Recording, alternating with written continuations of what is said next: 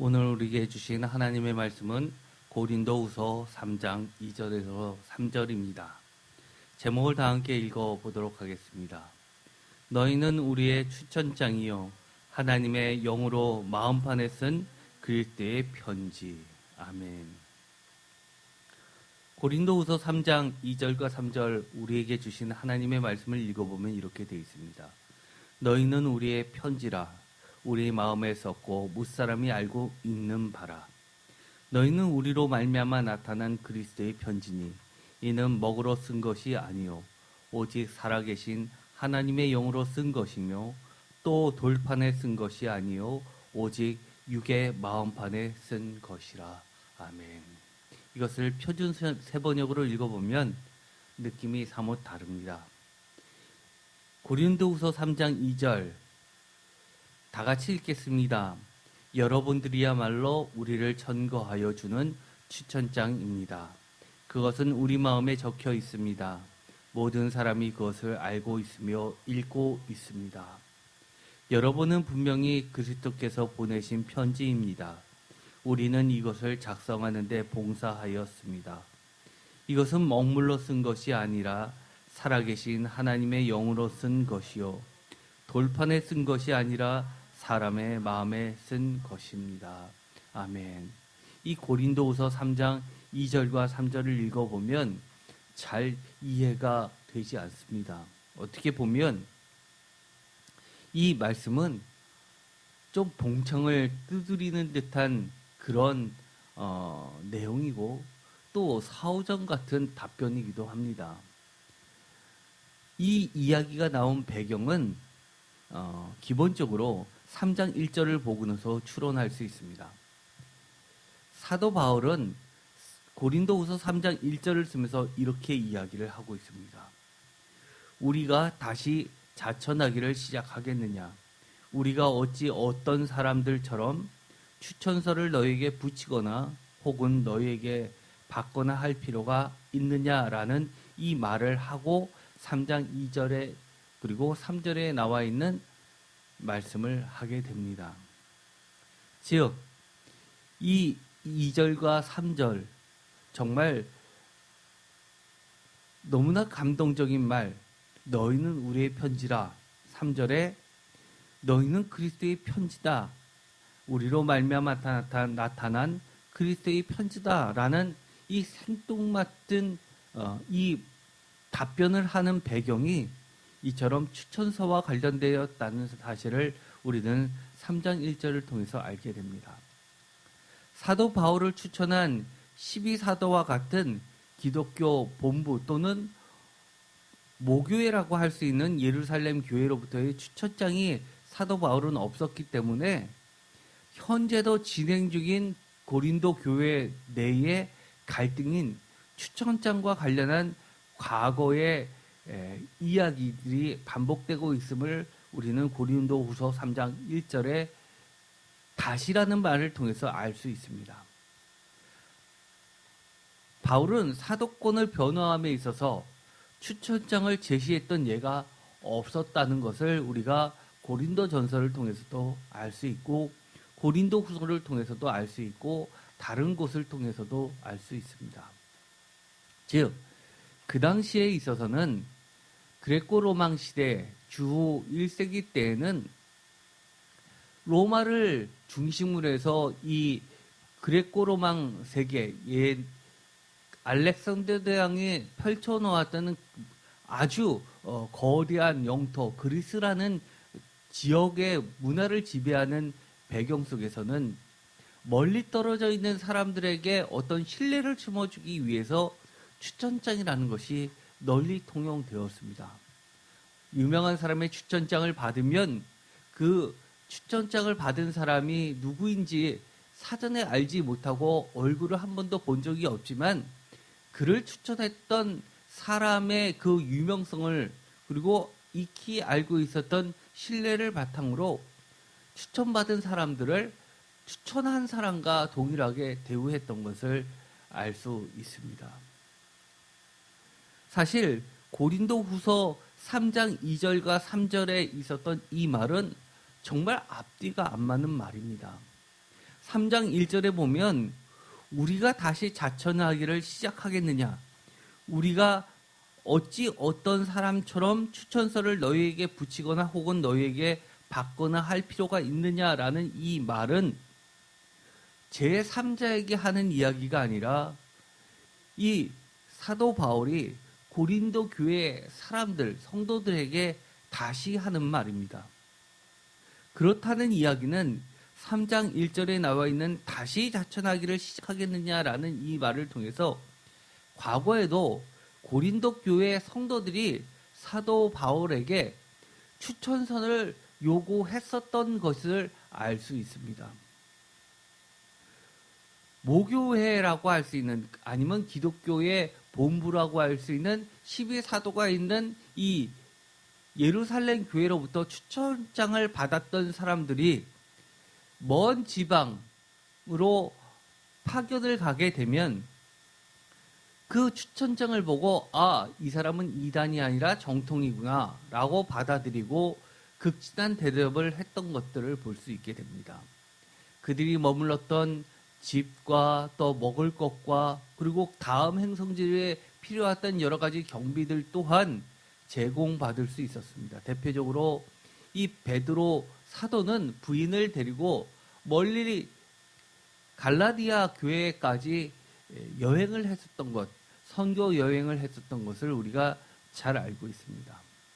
그런데 이 12사도 또는 모교회인 예루살렘 교회로부터 추천장을 받지 않았었던 이 사도 바울은 가는 곳마다 이 사도권에 대해서 정말 이 사도 바울이 예수님을 증거하는데 적합한 인물인가, 자격이 있는가라는 논쟁성에 휘말릴 수밖에 없었습니다.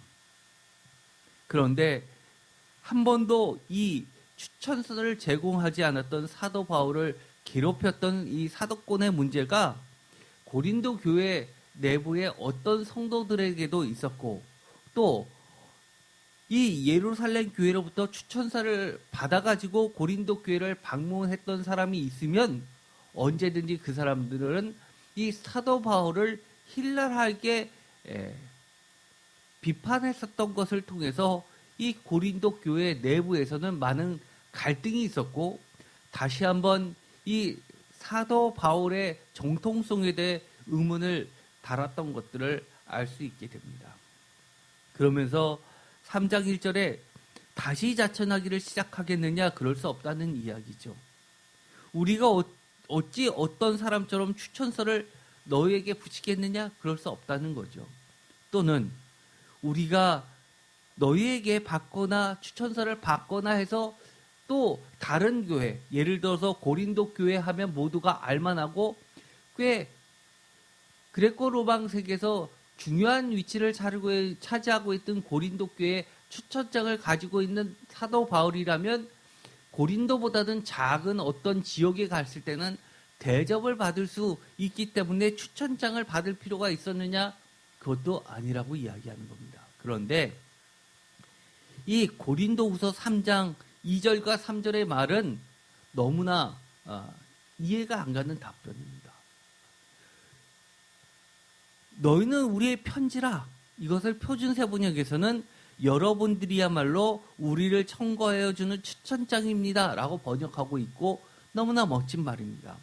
너희는 우리의 편지다. 다른 말로 이야기하면 너희가 바로 우리의 추천장입니다 라는 말인데, 이 말의 질문은 이렇습니다. 추천장을 우리에게 가져와 보세요라고 하는 이 고린도 교회에게 고린도 교회 여러분이 저의 추천장입니다라고 답변하는 겁니다. 앞뒤가 말이 된다고 생각하십니까? 정말 생뚱맞는 말입니다. 더더군다나 3절에는 이렇게까지 이야기합니다. 너희는 우리로 말미암아 나타난 그리스도의 편지입니다. 이것을 표준세 번역으로 읽어보면 여러분은 분명히 그리스도께서 보내신 편지입니다 라고 답변하고 있다는 겁니다. 만약에 이 세인교회의 어떤 선동님들이 질문을 합니다. 이강민이라는 목사님이 새로 오시는데 그분이 정말 이단이 아니라 정통 목사님이신지 검증해야 되지 않습니까?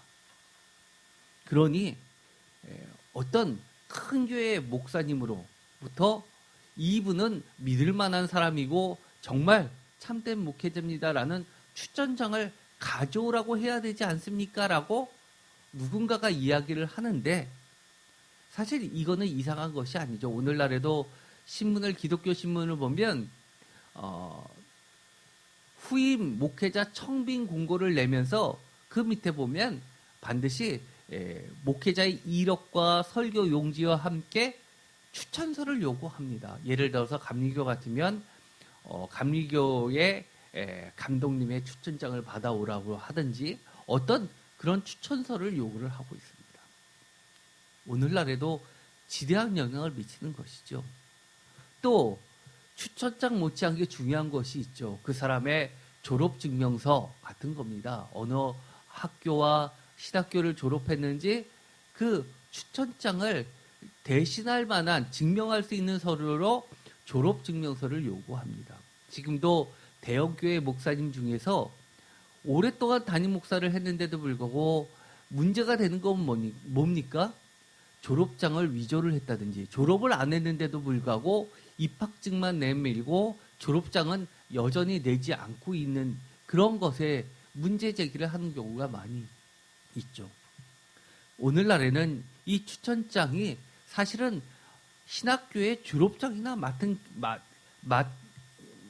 졸업장과 같은 그런 기능도 하고 있는 겁니다. 그 당시에는 이 신학교라는 개념이 없었기 때문에 주의 제자들로부터 바르게 주님의 가르침을 전수받은 자들이 또 예수님을 증거할 수 있는 그 다음 제자들이 되기 때문입니다. 저는 이 고린도 전후서를 정말 진정한 목회서신이라고 늘 생각하고 있습니다. 사실은 목회서신 하면 여러분도 잘 알고 계시죠? 디모데 전서, 후서, 디도서를 목회서신이라고 합니다. 그런데 이 고린도 후서를 가지고 고린도 전서도 마찬가지지만 이것을 목회서신이라고 부르는 자는 사실 아무도 없습니다. 그럼에도 불구하고 일부 신학자나 저나 마찬가지입니다. 이 내용을 보면 고린도 전후서처럼 이렇게 목회서신이라고 부르지 않을 수 없는 게 없습니다. 실제로 목회 가운데서 벌어지고 있는 많은 갈등을 그대로 숨김없이 드러내고 있고 그것을 치유하기 위해서 얼마나 목회자가 무릎 꿇기 기도하고 눈물을 흘리면서 기도했는지를 볼 수 있기 때문입니다. 고린도 교회와 성도들을 향한 진심 어린 정말 목회자로서의 사도 바울의 마음과 정성을 절절히 느낄 수 있는 서신이기 때문입니다. 특별히 제 개인적으로는 고린도후서 오늘의 말씀인 3장 2절에서 3절이 고린도 전후서 아니 바울 서신 전체에서 가장 감동적인 부분이라고 저는 이야기합니다. 왜냐하면 사도 바울이 얼마나 고린도 교회와 성도들을 사랑하고 있는지 또한 예수 그리스도를 통해 하나님에 대한 그 끊을 수 없는 사랑을 확신하고 있는지 더 나아가 왜 자신이 이러한 사역에 모든 것을 걸고 있는지 그 사도로서의 사명감을 너무나도 잘 느낄 수 있기 때문입니다. 사실 우리가 고린도 전후서를 읽다 보면 정말 이해가 안 가는 오늘날로 치면 이해가 안 가는 부분이 너무 많이 있습니다. 이렇게 끊임없이 사도 바울에 대해서 사도성을 의심하면서 오랫동안 개척하고 처음 교회를 세웠던 개척교회 목사님인데도 불구하고 끊임없이 그를 괴롭힌다는 것을 보면 웬만한 목회자들은 오늘날에 그럴 겁니다. 그래 그렇게 내가 싫어? 내가 개척교회가 여기뿐만이 아니라 나를 아끼는 교회도 저쪽에도 있는데 그래 당신들 알아서 해. 나는 여기 가서 더 정성을 쏟지 뭐. 이럴 겁니다. 나 싫다는데 뭐하러 내가 그렇게 마치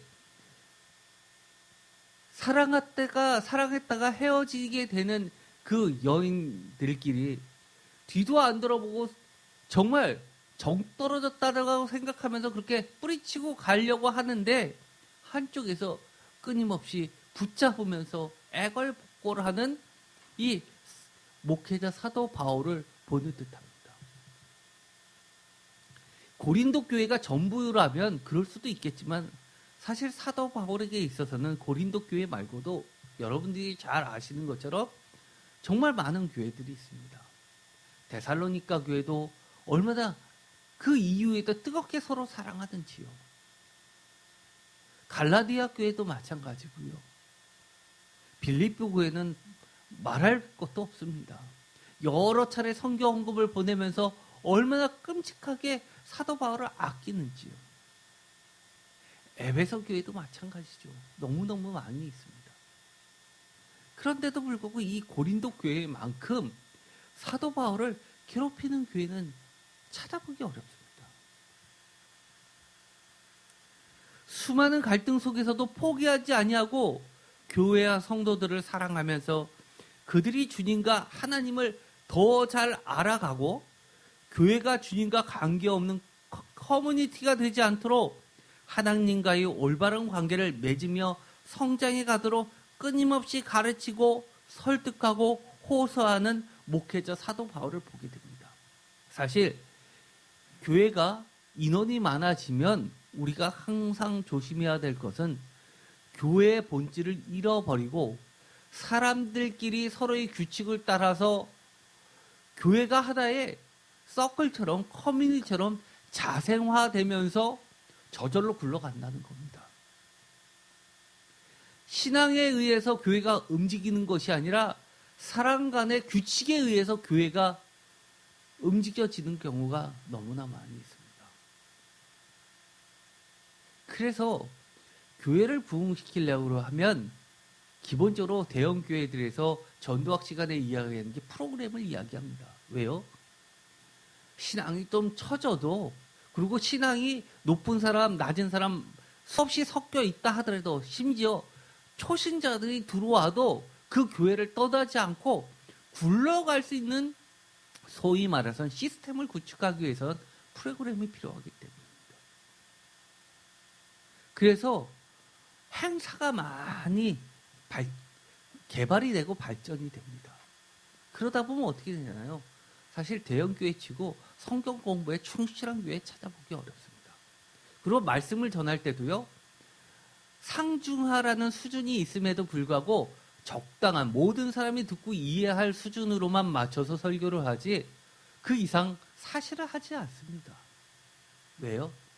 너무 어렵게 하면 대부분의 사람은 못 알아듣기 때문입니다. 그렇게 하다 보니까 신앙은 저절로 성장하지 못하고 어느 정도 굴러갈 정도로 교회라는 이름을 간판을 걸기에 적당한 수준으로만 되고 사실은 여러 가지 커뮤니티가 돼가는 것을 보게 됩니다. 그래서 부목사들이 주로 하는 것은요. 목회라기보다도 관리입니다. 관리자이죠. 관리자. 무슨 행사를 만들어서 몇 명 참석하고 또 출석 부르고 너무나 그렇게 잘 돌아가게끔 되어 있습니다.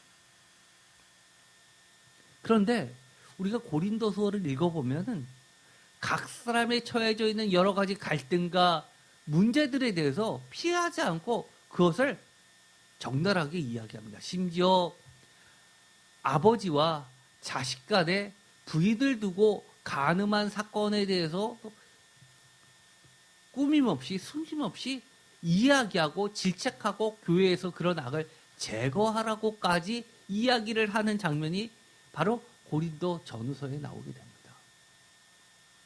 우리 같으면 피하고 싶은 이야기 피하지 않습니다.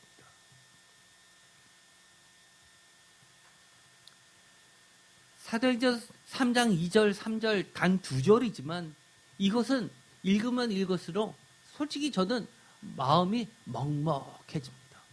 사도 바울이 그토록 자신 있게 힘주어 강조하고 있는 두 가지 사실.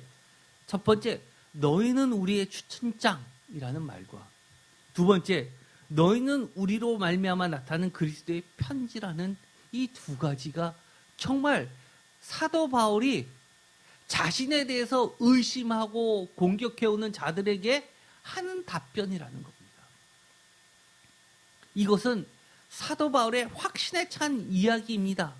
그들의 성난 마음을 달래주기 위해서 하는 말도 아닙니다. 사도 바울이 고린도 교회와 성도들을 생각하면 이것만큼은 확실하기 때문에 믿음에 차서 하는 고백이기도 합니다. 더 이상 과거에도 마찬가지로, 과거에도 있었지만 앞으로도 마찬가지로 쭉 진행형으로 계속해서 추천장은 필요치 않다고 이야기하는 겁니다. 비록 지금 과거에 그랬던 것처럼 그들이 계속해서 나에게 추천장을 요구하고 있음에도 불구하고 과거에도 필요 없었고 지금도 필요 없었고 앞으로도 필요 없을 것이라는 확신이, 왜냐하면 여러분이 나의 추천장이고 여러분은 우리로 말미암아 쓴 그리스도의 편지라는 확신이 있기 때문입니다. 고린도후서 3장 3절에 나오는 그리스도의 편지라는 이 말은 첫 번째, 저자가 누구일까요? 저자는 예수 그리스도요. 하나님이 쓰셨다고 하고 했으니까 저자는 예수 그리스도 또는 하나님입니다. 내용은 무엇일까요? 어떤 내용의 편지라고 이야기를 하는 걸까요? 사실 여기에는 그게 나와 있지 않습니다.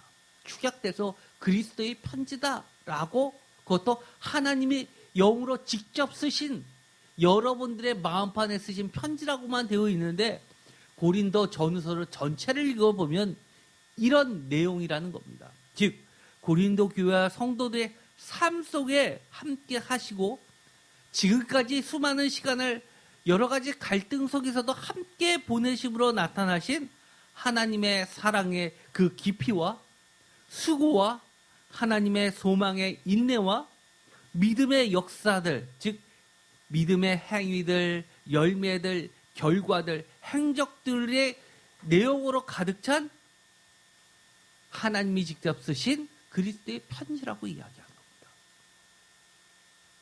이것은 다른 말로 이야기하면 편지의 내용은 고린도 교회의 역사입니다. 다른 말로 이야기하면 성도들의 신앙의 성장 나이테들입니다. 나이테 흔적이 남아있죠. 춥고 덥고 하면서 수축하고 팽창하면서 견뎌야 되는 그 세월의 시간들을 고스란히 흔적으로 남겨놓은 상처이기도 하지만 또한 역사적 기념줄이기도 합니다. 전달자는 뭐라고 이야기합니까?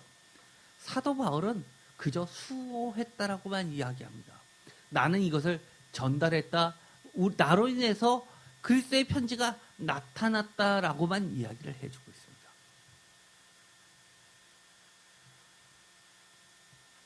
사실 교회의 역사, 이것이 무엇인가요? 문제의 발생과 해결과 또 그 문제가 발생하고 해결하는 그 사이에 있었던 치유 과정 속에 나타난 신앙의 여러 가지 성장점들을 나타내게 됩니다.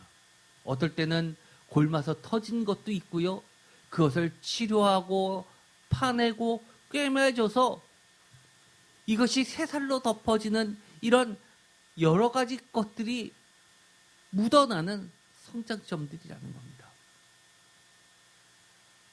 반드시 돌판에 쓸 것인지 영으로 육신의 마음판에 쓸 것인지 갈등이 생기게 마련이나 그때마다 하나님과의 관계가 더 지속되고 가까워지고 하나님과의 뜻과 마음이 서로 교통되고 그래서 적합한 성령님이 인도하시는 붓으로 써나가야 하는 그런 성장점들이라고 하는 겁니다.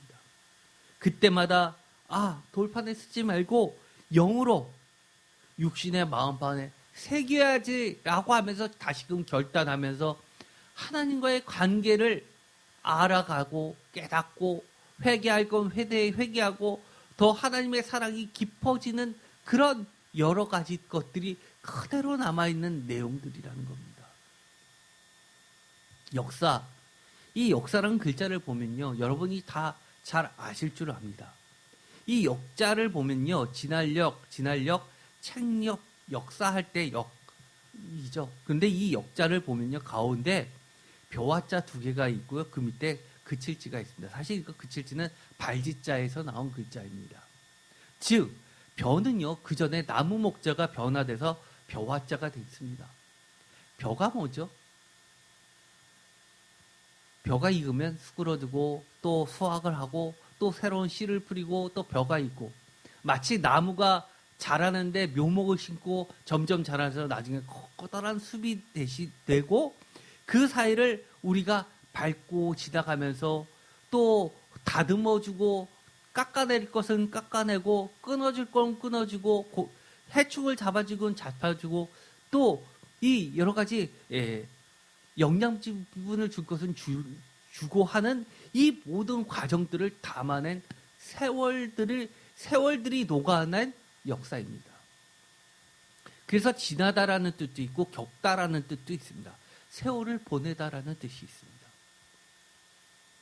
이 그림을 보더라도 이 나무 사이를 걸어가는 발걸음들을 표시하고 있는 데에서부터 이 한자는 발전이 되었다고 합니다.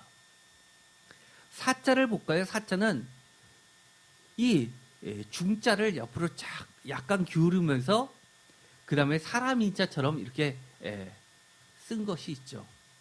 역사를 쓰는 이 사기의 사자는 반드시 중심을 지켜야 된다는 이야기입니다. 객관적으로 써내려가야 된다는 이야기죠. 어떤 것을 그릇하게 자신의 생각대로 그릇하게 하면 안 된다는 겁니다. 그래서 이것은 역사라는 것은 과정이 중요하고요. 그 기록을 보관하고 있고요. 자취를 알 수 있습니다. 이것이 바로 역사입니다. 사도 바울이 이야기했던 이 그리스도의 편지라고 하는 거에는 이처럼 교회의 역사를 그대로 담아내고 있습니다. 우리의 교회의 역사를 보면 어떨 때는 뜨겁게 하나님을 사랑한다고 하고 그리스도를 믿겠다고 결정했던 역사의 순간이 있었고요. 좀 지나면 그것에 흔들려서 여러 가지 사상적 영향을 받아서 이 복음이 흐트러지는 순간들도 있었을 겁니다. 또 어떤 잘못된 가르침을 따르는 자들이 교회에 대해 큰 세력을 형성해서 교회 전체를 흔들어 놨었던 시간도 있었을 겁니다. 그때마다 사도 바울은 목회자가 심하게 야단칠 건 야단치면서 교회의 제2의 탄생을 겪을 정도로 어려움을 겪지만 악의 뿌리를 뽑아내면서 다시금 성장했던 그 기간도 있었을 겁니다. 얼마나 아팠던 순간들이었을까요? 그러나 이 모든 시간을 겪으면서 교회는 계속해서 하나님을 알아가고, 그리고 하나님의 살아 역사하심을 다른 사람들도 고린도 교회를 통해서 하나님이 저렇게 활동하고 계신다는 것을 읽어나가는 편지가 되었다고 이야기하는 겁니다. 이렇게 이야기하는 데는 어떤 마음이 사도 바울이 있었을까요? 너희들이 지금도 나에게 추천장을 요구할 정도로 나에 대한 적대감이 있고 믿지 못한다는 세력들이 있다 하더라도 여전히 이 고린도 교회는 하나님이 역사하고 계시고 그리스도의 피로 세워진 교회이고 나는 그것을 돌보는 사도이기 때문에 여전히 나는 너희들에 대한 사랑을 놓을 수가 없다라는 그 마음이 담겨 있지 않습니까? 사실 이 추천장이라는 것은요, 주 1세기 그레코로망 사회에서 중요한 사회관계망을 형성시켰던 도구로서의 추천장입니다. 그 추천장에는 추천인이 들어가 있고 사유가 분명히 들어가 있고 당부의 말도 있었습니다. 심지어 추천장이 따로 제출하지 않았던 이 사도 바울조차도 다른 교회에는 그가 추천장을 써준 예들이 있습니다. 예를 들어서 로마서 16장 1절 내가 갱그레 교회 일꾼으로 있는 우리 자매 베베를 너에게 추천하노니 2절 너희는 주 안에서 성도들의 합당한 예절로 그를 영접하고 무엇이든지 그에게 소용되는 바를 도와줄지니 이는 그가 여러 사람과 나의 보호자가 되었습니다. 추천인 사도 바울이 추천자 갱그레아 교회 일꾼으로 있던 우리 자매 베베를 내용이 있죠. 너희는 영접하고 그가 그에게 소용되는 바를 도와줄지라라고 하면서 부탁을 하고 있습니다. 그러면서 무슨 말을 합니까? 왜 그를 추천하냐라고 하면 그가 여러 사람과 나의 보호자가 될 정도로 충분히 추천받을 만하다고 이야기를 해줍니다. 고린도후서 8장 22절에서부터 24절까지에도 마찬가지로 고린도 교회에 추천장을 보냅니다. 뭐라고 보냅니까? 또 그들과 함께 우리의 한 형제를 보내었느니 우리는 그가 여러 가지 일에 간절한 것을 여러 번 확인하였거니와 이제 그가 너희를 크게 믿음으로 더욱 간절하니라. 디도를 말하면 나의 동료요 너희를 위한 나의 동력자요 우리 형제들로 말하면 여러 교회의 사자들이요 그리스도의 영광이니라. 24절 그러므로 너희는 여러 교회 앞에서 너희의 사랑과 너희에 대한 우리의 자랑의 증거를 그들에게 보이라 라고 하면서 디도를 보낼 때 추천장을 보냅니다. 디도를 추천하면서 부탁의 말을 하죠. 여러분은 여러분의 사랑을 그에게 보여주십시오라고 당부의 말을 합니다.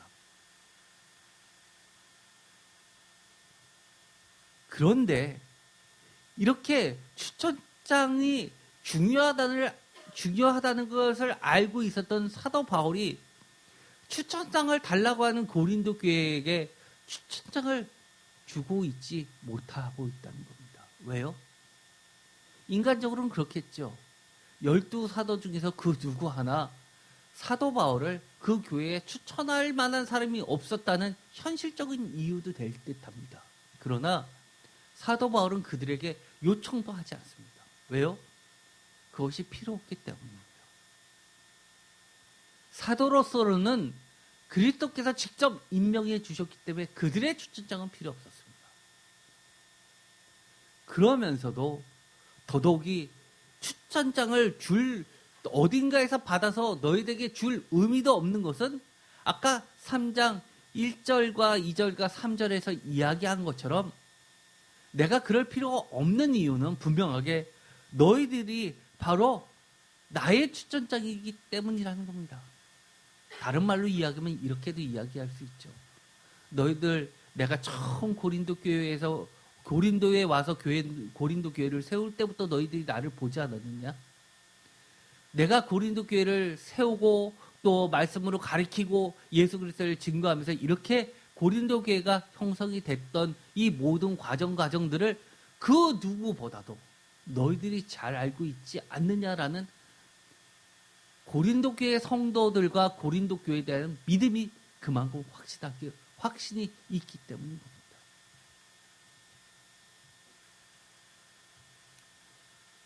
사도 바울이 그토록 자신 있게 너희는 그리스도의 편지이며 더 이상 다시는 요구되지 않을 추천장이라고 말할 수 있는 이유는 그만큼 하나님이 지금도 그리고 앞으로도 끊임없이 계속 그리스도의 편지를 쓰고 계시며 앞으로도 고린도 교회를 향해서 쓰실 것임을 굳게 믿기 때문이며 그만큼 값진 소망이 있기에 지금도 열정과 사랑을 고린도 교회에 대한 사랑을 포기할 수 없고 포기하지도 않으며 쏟아부을 수 있기 때문이라고 이야기를 하는 겁니다. 이렇게 이야기하면 잘 이해가 되지 않습니까? 저도 사실 사도 바울과 같은 심정입니다. 비록 고린도 교회의 성도들과 상황이 세임교회의 성도님들과의 상황하고는 다릅니다. 그러나 사도 바울이 고린도 교회와 성도들을 향해서 가지고 있었던 믿음과 사랑과 애정과 소망이 가득한 고백처럼 오늘 이 예배의 자리를 지키고 계신 여러분들에 대한 이 고백은 똑같습니다. 저는 감히 이렇게 이야기할 수 있습니다. 여러분이 저의 추천장이며 저를 통해 드러난 하나님이 직접 쓰신 그리스도의 편지입니다라고 그렇게 감사하게 인사를 드릴 수 있을 겁니다. 저는요, 가끔 우리 블로그에 제가 올려놓은 것이 있습니다. 바로 세인교회의 소개입니다. 이 세인교회 블로그를 가시면 여러분도 잘 아실 겁니다. 이강민 담임 목사 소개해서 세인교회를 소개해 놓은 것들이 있는데 저는 가끔 여기를 봅니다. 제가 썼는데 뭐하러 보냐고요? 그동안 과정을 보면서 주님이 어떻게 저의 인생과 여러분과 또 세인교회에 어떻게 역사하셨는지를 돌아보면서 하나님의 은혜를 다시금 고백하게 됩니다. 저는요, 이 사진을 보면은요, 아직도 눈물이 납니다. 이때 제가 퇴원해서 일주일도 안 됐을 때 얘기합니다. 이 목회자 안수를 받아야 되는데 그때 제대로 걸을 수도 없었고, 그런데 같은 목회자 동료들이 성경에 나오는 것처럼 들것에 싣고 그 위에 올라가야 되느냐라고 실제로 동료 목회자들이 의논하고 있었다고 합니다. 그런데 하나님께서 그날은 힘을 주셔서 아침부터 저녁까지 행사와 서 있는 몇 시간 동안 서 있을 수 있게 해 주셨습니다. 그래서 제가 활짝 웃은 모습이 이겁니다. 어떻게 보면 썩소죠. 반은 웃고 있고 반은 울고 있습니다. 우리 교회의 역사들을 돌아보면요, 여러분이 함께 했던 그 시간들을 보면요, 얼마나 귀한지 모릅니다. 우리가 2015년에 이 처음 교회를 세우고선요, 얼마나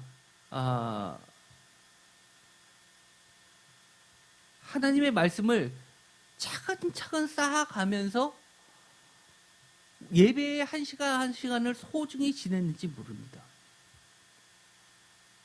이렇게 쭉 보면은 정말 복음서 그리고 역사서 쭉 나가서 이 예레미야를 했던 시간들, 그리고 시편을 무려 2년 동안 했던 시간을 거쳐오면서 지금까지 2021년 4월부터 지금까지는 데살로니가 전후서와 고린도 전후서, 빌립보서를 하고 있습니다.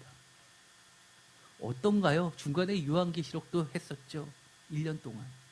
여러분들이 신앙생활을 하면서 하나님을 더 많이 알아가고 하나씩 말씀을 보면서 깨달았던 시간들이 다시 생각나십니까? 아, 내가 그때 창세기를 통해서, 사사기를 통해서 내가 하나님과 이런 대화를 했었지. 시편을 통해서 내가 어려울 때 이렇게 다시금 하나님께 한 발자국 더 나아갈 수 있는 샘을 얻었지라는 것들이 생각나십니까? 제가 가끔 눈에 담는 사진이 바로 이겁니다. 이 사진 보시면 어떠신가요? 지금하고는 완전히 다르죠? 어떤 사람은 이때 사진이 훨씬 낫다고 합니다. 지금보다 한 20kg가 덜 나왔었던 40일 금식 기도 때 이 사진은 37일째 되는 날 새벽 예배 때 설교했던 모습입니다. 저는 그때 40일 새벽 기도를 하면서 정말 죽을 뻔했습니다. 그런데도 불구하고 끝까지 주님의 은혜로 감당하면서 저는 40일 새벽 예배가 끝나면 교회가 세상적으로 본 때도 세상적 기준으로도 부흥할 줄 알았습니다. 그런데 이 새벽 예배를 설교를 하고 나서 이틀 후에 교회가 풍지박살이 났습니다. 전 상상도 못했습니다.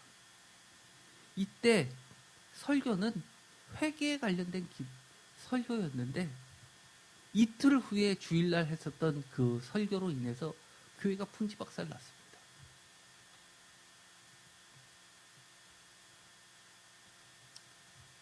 그리고 나서 많은 시간이 흘렀죠. 돌이켜보면 이렇습니다. 하나님께서 정말 정리할 부분 어렵게 정리해 주셨고요. 정말 예배 드려주기 위해서 온 사람들을 다 빼시고 신령과 진정으로 예배 드릴 사람만 정말 세인교회에 남겨주셨습니다.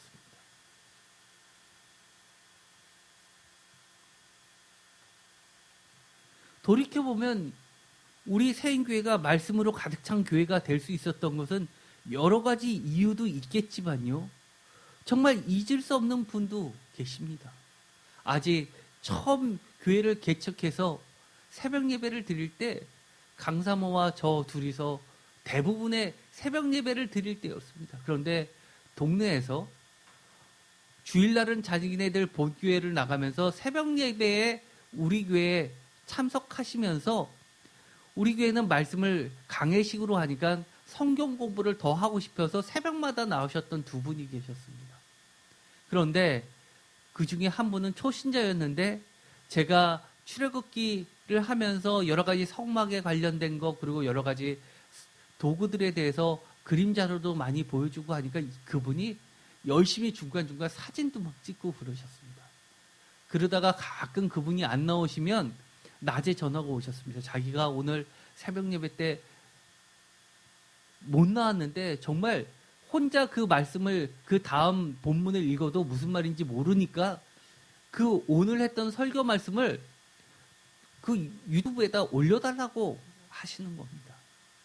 그래서 그 당시는 제가 뭐 컴퓨터에 대해서 잘 알지도 못하는데 여기저기 물어서 배워가지고 그때 유튜브에 그분이 빠진 날 설교를 한 편 한 편씩 올리기 시작했습니다.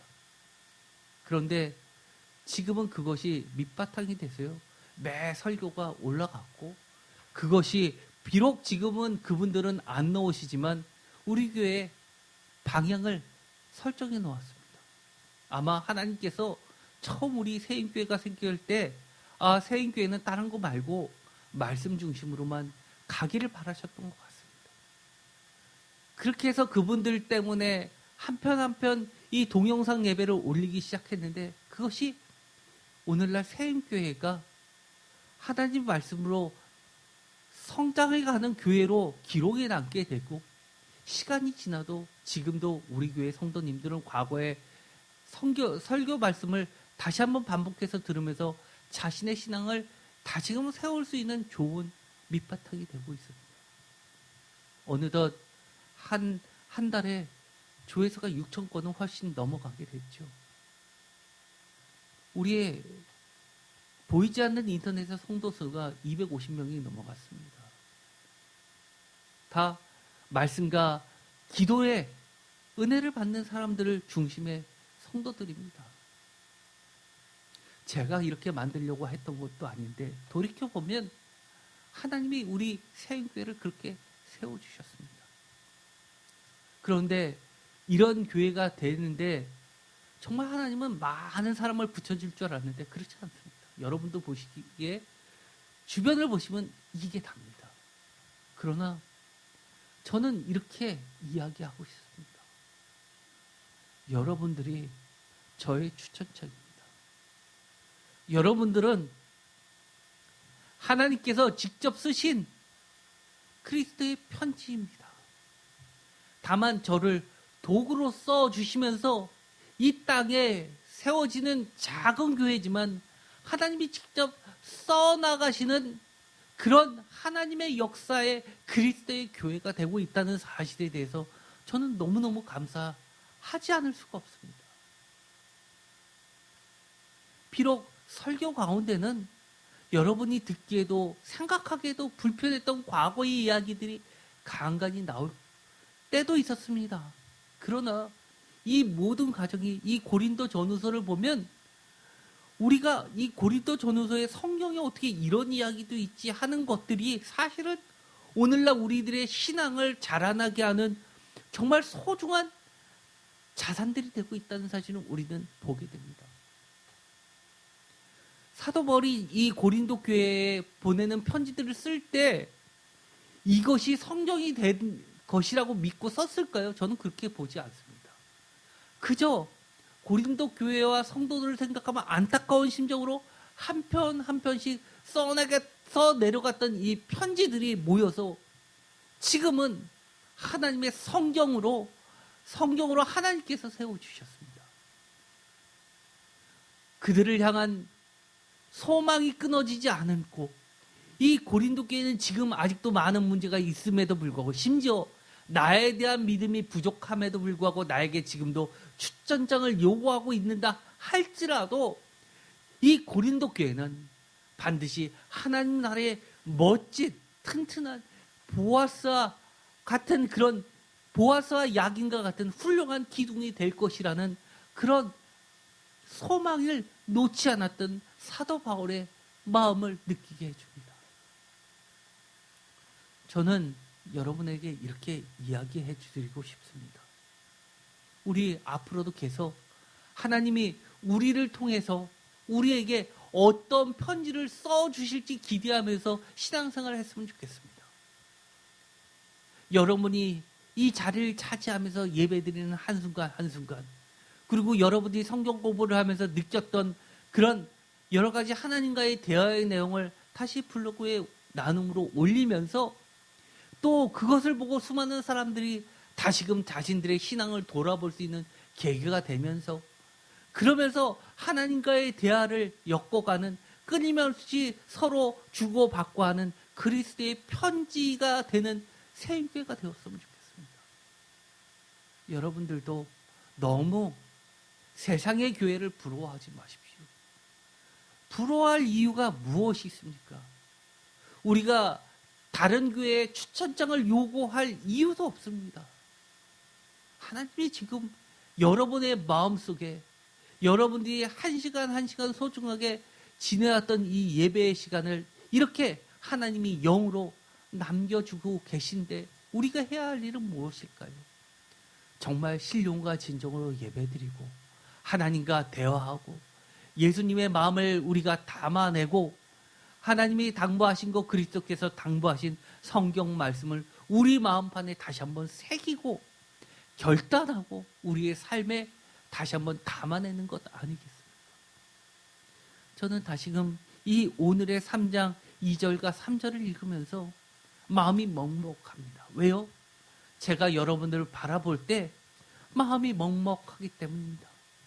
과거에 돌아왔던 이 시간들이 정말 파노라마처럼 제 앞을 스쳐갑니다. 너무 고마웠습니다. 너무 자랑스러웠습니다. 앞으로도 계속 그리스도의 편지를 써나가는 새임교회와 성도님들 모두 되시기를 간절히 축원드립니다. 기도하고 마치겠습니다. 하나님 감사합니다. 사도 바울을 통해서 나타내신 그리스도의 하나님의 편지를 우리가 오늘 읽어보았습니다. 그 편지가 바로 21세기의 새임교회에 주님이 써주신 편지라는 사실을 알고 나니 더욱 눈물이 납니다. 주님 감사드립니다. 우리가 그리스도 안에서 우리가 아파도 슬퍼도 주님과 함께 성장해 나갈 수 있게 하시고 하나님의 그 세밀하게 써주시는 그 내용들이 우리 삶과 교회에 그대로 담아내서 모든 사람들이 읽고 하나님을 찾게 되는 그리스도의 편지들이 모두 되게 하여 주시옵소서. 예수 그리스도의 이름으로 기도드립니다. 아멘.